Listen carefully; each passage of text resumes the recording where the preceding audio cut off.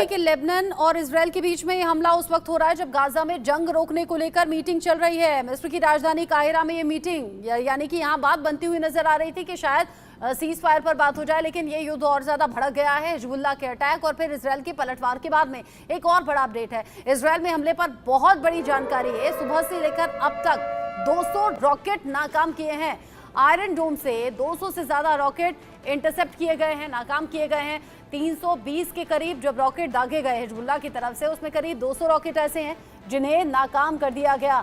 Iron डोम के जरिए पहले भी इस तरह के हमलों को नाकाम किया गया है। हाँ, एक तरफ हमले नाकाम हो रहे हैं, यानी कि रॉकेट जो दागे गए उन्हें आसमान में ही नष्ट किया जा रहा है, लेकिन दूसरी सच्चाई ये भी है कि बड़ी तबाही हुई है। अलग अलग जो सैन्य ठिकाने हैं, करीब करीब 11 ऐसे सैन्य ठिकाने हैं इसराइल में जो कि तबाह किए हैं हिजबुल्लाह के रॉकेट्स ने।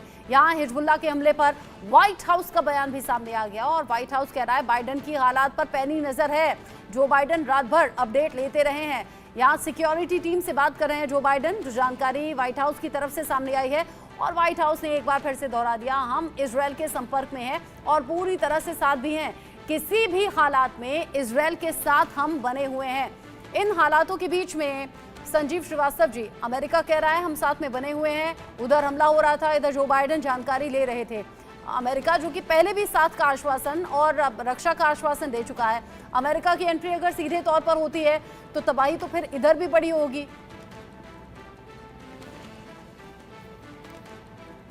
खड़ा है, उसने अपनी पूरी ताकत मिडिल ईस्ट रीजन में तैनात कर रखी है और डे 1 से 7 अक्टूबर से लगातार United States of America Israel को हर तरीके की मदद भी प्रोवाइड करा रहा है।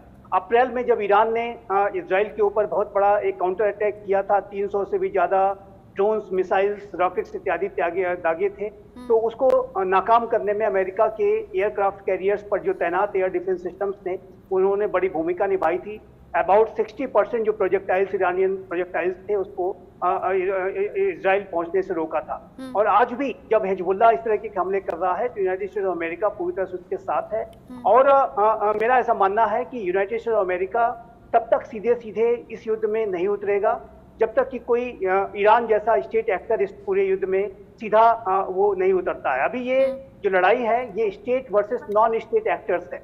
जो हिजबुल्लाह है वो भी एक प्रॉक्सी है, हमास की तरह से आतंकी संगठन है। और इस तरीके की जब तक state to non state actors के बीच की जो लड़ाई होगी तब तक United States of America Israel के साथ एक बैकग्राउंड से उसे पूरी मदद देगा। लेकिन यदि ऐसा कभी कोई होता है जिसकी संभावना बेहद कम है कि ईरान इजराइल के विरुद्ध कोई युद्ध की घोषणा कर दे, तो ऐसे में यूनाइटेड स्टेट्स ऑफ अमेरिका पूरी तरह से खुलकर के मैदान में सामने आ सकता है। और वो जाहिर है कि वो स्थितियां बहुत ही ज्यादा विकट हो जाएंगी और एक बड़ा एस्केलेशन इसका हो जाएगा। और उसकी संभावना मैं काफी कम देखता हूं, क्योंकि ईरान उसके कॉन्सिक्वेंसेस जानता है। यदि यूनाइटेड स्टेट्स ऑफ अमेरिका को उसने सामने आने पर, मैदान पर सीधे उतरने पर मजबूर कर दिया तो फिर ईरान को इसकी बड़ी कीमत चुकानी पड़ेगी। और ईरान के न्यूक्लियर इंस्टॉलेशंस हो, अन्य इंस्टॉलेशंस हो, बहुत ही बड़े हमले की जद में आ जाएंगे। लेकिन जो नॉन स्टेट एक्टर्स हैं, जो ईरानियन प्रॉक्सीज हैं, चाहे वो हिजबुल्लाह हो चाहे वो हुती हो, वो अपने हमले जारी रखेंगे। और इस बात की पूरी संभावना थी कि ये हिजबुल्लाह इस तरह के हमले करेगा। और ऐसी भी रिपोर्ट्स रही कि इजराइल ने एक प्रीएम्प्टिव स्ट्राइक भी कंडक्ट किया सदर्न लेबनान में। 100 इजरायली फाइटर्स ने जाकर के वहां पर स्ट्राइक्स कंडक्ट की हैं और 40 ठिकानों पर हिजबुल्लाह के जो है इजरायली फाइटर्स ने उसको निशाना बनाया है।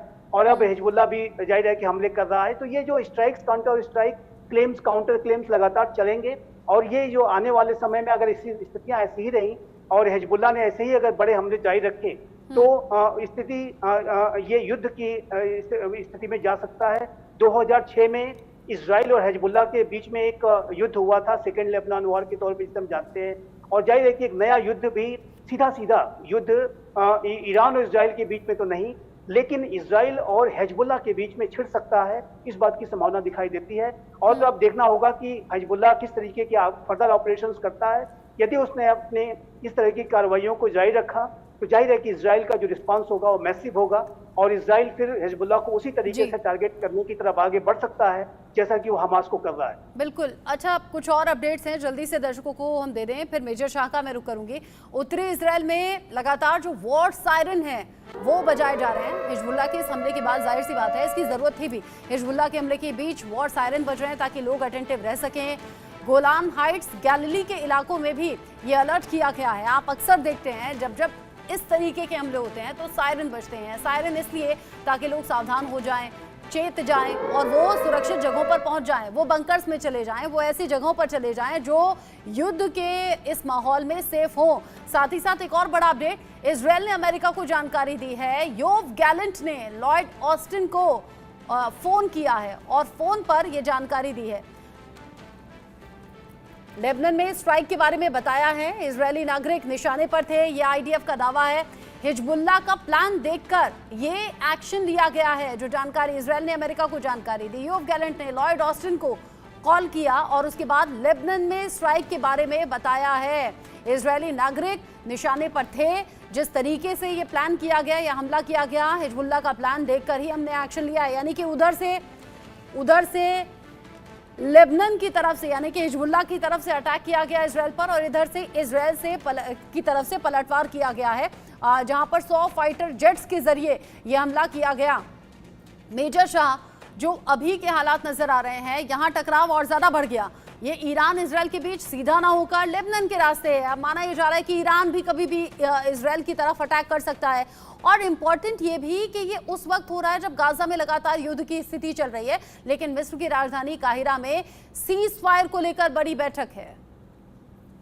असल जी ये बहुत ही फिक्र की बात है। असल में देखिए, ईरान जो है वो धमकी दे रहा है इजरायल को, किसी भी वक्त वो हमला कर देगा। उम्मीद अनुमान लगाया था कि 15 अगस्त तब नहीं अब नहीं।